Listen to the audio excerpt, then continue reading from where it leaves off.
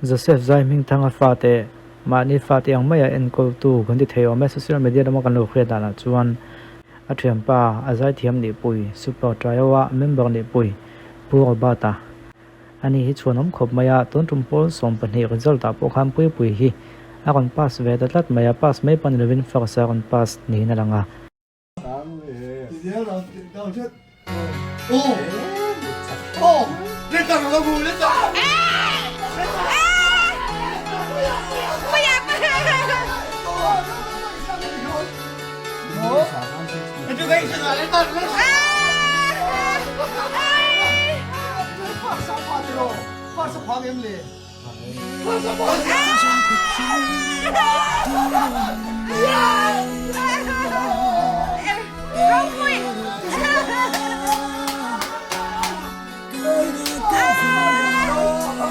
Thôi, chứ con ra gì mẹ.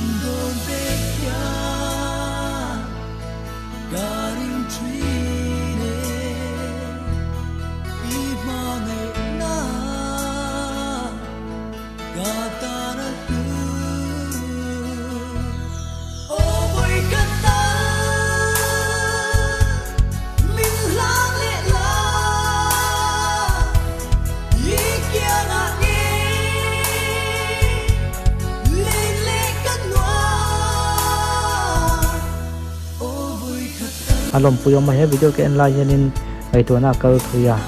apa khaladam se dite an soi thin hello dik video maya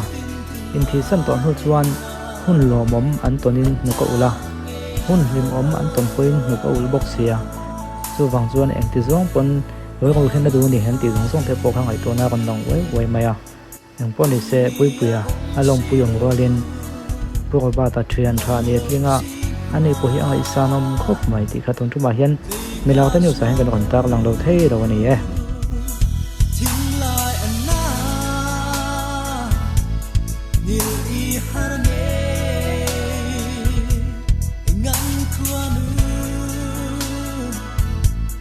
Min